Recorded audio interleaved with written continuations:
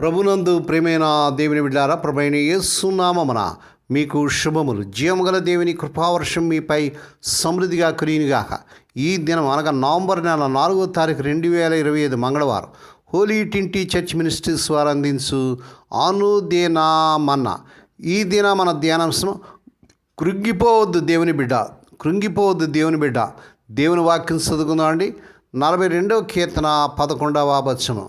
నా ప్రాణమా నీ వేళ కృంగి ఉన్నావు, నాలో నీ వేళ తొందరపడుచున్నావు. దేవుని యందు నిరీక్షించుము, ఆయనే నా రక్షణకర్త, నా దేవుడిని ఇంకనూ నేను ఆయనను స్తుతించను. దేవుడు తన పరిశుద్ధ వాక్యమును దీవించి ఆశించును గాక. దేవుని బిడ్డ, మీరు అంతా బాగున్నారండి? మీ ఆరోగ్యాలు ఎలా ఉన్నాయి? మీ కుటుంబంలో అందరూ బాగున్నారా? ఒకవేళ ఈ ఉదయకాలం లేచిన వెంటనే ఒకవేళ మరి ఆ కృంగిన స్థితిలో నిద్ర లేచినప్పుడే బహుశా సరైనటువంటి మరి ఆ విధానం లేక కృంగిన స్థితిలో మీ పరిస్థితులను బట్టి నీరసంలో ఉన్నారా దేవుని బిడ్డారా? అయితే ప్రభు చెప్తున్నాడు ఈ ఉదయకాలంలో, దేవుని బిడ్డ నువ్వు కృంగిపోవద్దని, నీరసించొద్దని, బలహీనపడొద్దని ప్రభువారు ఈ ఉదయకాలంలో దేవుని బిడ్డ నీకే ప్రభు వాగ్దానం చేస్తున్నాడు.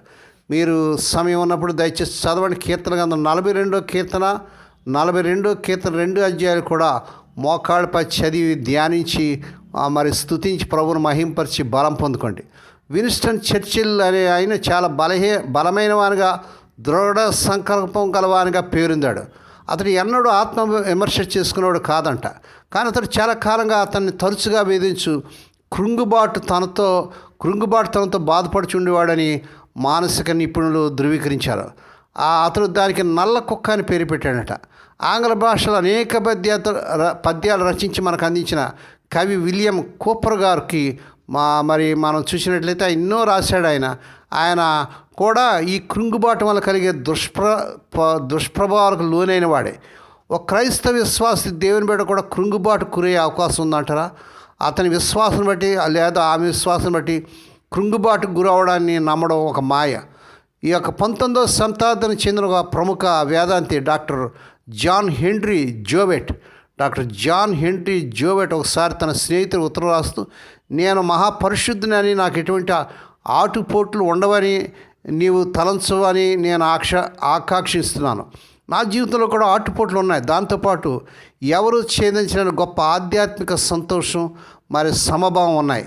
నేను చాలాసార్లు భయంకరమైన దౌర్భాగ్య స్థితికి గురవుతాను. అంతా ఒక నల్ల బజార్లా కనిపిస్తుందని రాశాడట. మానవ జీవిత వాస్తవాల అనుభవాల సారాంశమే ఈ కీర్తనలో. మానవునికి ఎదురయ్యే రకరకాల పరిస్థితుల మధ్య దేవుని నడిపింపుతో కూడిన ఆయన క్రియలను వృత్తాంతము ఇందులో ఇమిడి ఉన్నాయి. ఆధ్యాత్మిక కృంగుబాటు గల కారణం, దాని నివృత్తికి సంబంధించిన విషయాలు ఈ 42, 43 కీర్తనలో వివరించబడ్డాయి. ఈ 2 కీర్తనలను మొదటిలో ఒక కీర్తనగానే భావించేవారు. కోరహ కుమారుడు రచించిన దైవధ్యానం అని దీనికి శీర్షిక రాయబడింది. హెబ్రీ భాషలో మస్కిల్ అని చెప్పబడ్డది. మస్కిల్ అనగా హెచ్చరిక లేక బోధన అర్థం. మన జీవితంలో నలతతో కూడిన మనోభావాలను ఏ విధంగా ఎదుర్కోవాలో తెలియజేయటకు ఈ కీర్తన ఉద్దేశింపబడినదిగా కనబడుతుంది. మనం కృంగుబాటుకు గురైనప్పుడు దేవుడు మనం ప్రోత్సహించడం అనేది ఈ కీర్తనలోని సందేశం. మొట్టమొదటిగా కృంగుబాటు స్థితిని మనం ఈ 42 కీర్తన 3వ వచనం, 5 నుంచి 7 వచనాలు, 11 వచనం, అలాగే 43వ కీర్తన 5వ వచనం. ఇక్కడ అతని జీవితంలో కృంగుబాటు నిత్యము అతన్ని వేధిస్తున్నట్టుగా చూస్తున్నారు. రాత్రింబగడు నా కన్నీళ్లు నాకు అన్నపానములైనను అంటాడు. ఈ పరిస్థితి నిరంతరం అతను నొక్కిపట్టి అచేతనగా చేస్తున్నట్లుగా మరి చూస్తున్నాం. 42వ కీర్తన 5వ వచనం, 6వ వచనం, 11వ వచనంలోను, అలాగే 43వ కీర్తన 5వ వచనంలో కూడా కృంగి అనే మాటను గమనించాను. మనం జాగ్రత్త వహించకపోతే కృంగుబాటు మనల్ని అధిగమించి మనం దేవుని సన్నిధికి, ఆయన సేవకు, ఆత్మీయ జీవితానికి దూరమయ్యే పరిస్థితి వస్తుంది. అది మనల్ని ఏమి చేయలేని స్థితికి చేరుస్తుంది దేవుని బిడ్డారా. ఒకవేళ ఈ ఉదయకాలంలో దేవుని బిడ్డ మీ ప్రియులు నిద్రించి, లేకపోతే మీ కుటుంబాల సమస్యల వల్ల, ఆర్థిక ఇబ్బందుల వల్ల, ఉద్యోగాలు లేక, పిల్లల వివాహాలు కాక, ఒకవేళ కృంగిన స్థితిలో ఏమీ చేయలేని స్థితిలో ఉన్నారో, దేవుని బిడ్డ నువ్వు కృంగిపోవద్దు. ఈ వాగ్దానం పట్టుకొని ప్రభు సన్నిధిలో ప్రార్థన చేయండి. ఒకవేళ నెమ్మది లేని స్థితి ఏమో 42 కీర్తన 5వ వచనం, 11వ వచనం, 43వ కీర్తన 5వ వచనంలో తొందర అనే మాట అతనిలో జరుగుతున్న పోరాటంను, నెమ్మది లేని స్థితిని తెలియజేస్తుంది. అది పొంగుపరుచున్న పరిస్థితిని 42వ కీర్తన 7వ వచనం చూస్తాం. ఇక్కడ కీర్తనాకారు నిస్సహాయ స్థితిలో నెట్టివేసింది. అతడు నిలకడలేని స్థితిలో ఉన్నాడు. అల వెంబడి అల అతను ముంచి వేచినది. యోనాను సముద్రంలో పడవేసినప్పుడు ఈ విధమైన పదజాలం ఉపయోగించాడు. నీవు నన్ను అగాధమైన సముద్ర గర్భంలో పడవేసినావు, ప్రవాహములు నన్ను చుట్టుకునినవి, నీ తరంగములు నా కురులను నన్ను కప్పినవని యోనా గ్రంథం 2:3 చూస్తున్నాం.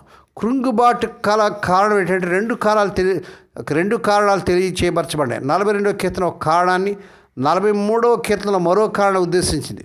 మొట్టమొదటిగా ఒంటరితనం. 42వ కీర్తన 3వ వచనం, 9వ వచనం చదవండి. 43వ కీర్తన 2వ వచనం చదవండి. కీర్తనకారుడు దేవుని సన్నిధికి దూరమైనట్టుగా కనపడుతుంది. నీవేళ నన్ను మర్చి ఉన్నావు, నీవు నన్ను త్రోసివేస్తేమేమని 42వ కీర్తన 9వ వచనం, 43వ కీర్తన 2వ వచనం చూస్తాం అని అడుగుతున్నాడు. నీ దేవుడు ఏమాయన అతని శత్రులు అతని అడుగుతున్నట్లుగా దేవుని వాక్యాలు చూస్తున్నాం. దేవుడు అక్కడ లేని స్థితి, కానీ దేవుడే తన అవసరం తీర్చగలని అతను తెలుసు. అతను దేవునితో ఒక నూతనమైన ముఖ్యమైన సంబంధం కలిగి ఉండాలని కోరుకుంటున్నాడు. అతని ఆధ్యాత్మిక దాహము 42వ కీర్తన 1వ వచనంలో రాయబడింది. దుప్పి నీటి వాళ్ళ కొరకు ఆశపడిన దేవా, నీ కొరకు నా ప్రాణం ఆశపడుతుంది. అతడు దేవుని చేరుటకు ప్రయత్నిస్తున్నాడు. అతడు దేవుని కొరకున ఆకలితో మాడిపోతున్నట్లుగా C.S. లూయిస్ గారు వ్యాఖ్యానించారు. ఒకవేళ దేవుని బిడ్డ నువ్వు కృంగిన స్థితిలో ఉన్నావేమో, మరి ఏమీ చేయలేని పరిస్థితిలో ఉన్నావేమో, దేవుని బిడ్డ నువ్వు కృంగిపోవద్దు. ప్రభు నేను బలపరుస్తాడు. ఇది ఎండలో తిరుగుతున్న ఒక దుప్పి కదా, ఎండిన భూమిలో సంచరించిన దుప్పి. ఇది చాలా తీవ్రమైన దాహం. దుప్పి ఈ విషయంలో ఒంటి వంటిది కాదు. ఒంటి ఎడారిలో సంచరిస్తుంది. దానిలో నిలువ ఉంచబడిన నీరు దానికి చాలు. ఎడారి ప్రాంతంలో కూడా తృప్తిగా ఉండగలదు. కానీ దుప్పి అలా ఉండలేదండి. దేవుని కొరకైన దాహమును బట్టి కీర్తనాకారుడు తన అంతరంగంలో చాలా బలహీనుడయ్యాడు. దేవుడు తను విడిచిపెట్టేశాడని తెలిసినప్పుడు ఆత్మ సంబంధంగా మరి అతడు మరి ఎంతో కృంగిన స్థితిలో ఉన్నట్లుగా కృంగిన దాడికి గురయ్యే అవకాశం ఉంది. దేవుడు తన వారిని విడిచిపెట్టాడు. ఇశ్రాయేలు అవిధేయులు తిరుగుబాటు చేసినప్పుడు సైతం, ఇశ్రాయేలు నీవు నాకు సేవకుడు అయినావు, నేను నిన్ను మరువజాలని యెషయా గ్రంథం 44:21 ప్రియ ప్రభు వాగ్దానం చేస్తున్నాడు. స్త్రీ తన గర్భం పుట్టిన బిడ్డను కరుణింపకుండా తన చంటి బిడ్డను మర్చునా, వారైనా మర్చును కానీ నేను నిన్ను మరువని యెషయా గ్రంథం 49:15 తండ్రి అయిన దేవుడు వాగ్దానం చేస్తున్నాడు. కీర్తనాకారుడు దేవుని సన్నిధి తనతో ఉన్నట్టుగా గ్రహించకపోవటం వల్ల, లేక దేవుని కార్యాలు తన జీవితాన్ని కనిపించకపోవటం వల్ల దేవుడు తాను విడిచిపెట్టాడేమో అని అనుకుంటున్నాడు. దేవుని బిడ్డ, దేవుడు మనల్ని ఎన్నడూ విడిచిపెట్టేవాడు కాదు. నీ తల్లిదండ్రులు విడిచిన నేను విడువను, నేను ఎడబాయని అంటాడు. ఆ ముదిమి వచ్చే వరకు ఎత్తుకున్న వాడిని నేను అంటాడు. ఇదిగో యుగ సమాప్తి వరకు సదాకాలం మీతో ఉంటానని ప్రియప్రభు వాగ్దానం చేస్తున్నాడు. దేవుని బిడ్డ, ఒకవేళ కృంగుని స్థితిలో, నీరస స్థితిలో, మరి ఏమీ చేయలేని పరిస్థితులు ఉన్నామో, ఈ వాగ్దానం పట్టుకొని ప్రభుత్వం ప్రార్థన చేయండి. దేవుడు మీ పట్ల అద్భుతాలు చేస్తాడు, ఆశ్చర్యకార్యం జరుగుతాడు. విశ్వాసంతో ప్రభుత్వం కనిపెట్టండి. దేవుడి మాటలు దీవించును గాక. ప్రార్థన చేసుకుందామండి. పరిశుద్ధుడైన మా తండ్రి, నీ పరిశుద్ధ నామమునకు వందనాలు స్తోత్రాలు చెల్లించుకున్నాను ఆయన. ఈ కీర్తన గ్రంథం 42-43 కీర్తనలో కౌరవ కుమారు రాసిన కీర్తనను చదువుకుంటే మేము ఎంతగానో బలం పొందుతున్నాం ప్రభు. అవును తండ్రి, మమ్మల్ని అందరూ కృంగిని స్థితిలో, నీరస స్థితిలో ఉంచే దేవుడు కాదు నాయన. మా పట్ల అద్భుతాలు చేసే దేవుడు. ఈ సమయంలో ప్రార్థనలోకి వస్తున్న ప్రతి బిడ్డ పట్ల వారు ఏ సమస్యలో, ఏ కష్టాల్లో, ఏ వేదనలో, ఏ అనారోగ్య స్థితిలో, ఏ పరిస్థితిలో, ఏ ఆర్థిక ఇబ్బందులు ఉంటున్నారో మీరే కార్యం చేసి, బిడ్డల వివాహాలు జరుగుటకు మీరే కార్యం చేయండి. ఉద్యోగాల విషయంలో స్వదేశ విదేశాల్లో ఉన్న బిడ్డలకు నాయన అర్హత మించిన ఉద్యోగాలు వచ్చును గాక. వీసాల కోసం కనిపెడుతున్న బిడ్డలకు ఏసునామలు వీసాలు ఈ నెలలో వచ్చును గాక. మా తండ్రి మీరే కార్యం చేయించుకోండి.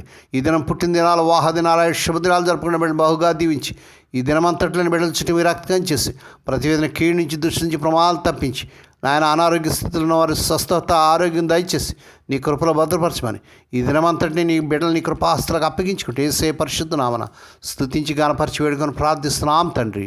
ఆమేన్. మన ప్రభువైన యేసుక్రీస్తు వారి కృప, తండ్రి అయిన దేవుని ప్రేమ, పరిశుద్ధాత్మ దేవునికి అన్ని సహవాసము సదాకాలం మీకు తోడేండి నడిపించి బలపరచునుగాక. ఆమేన్.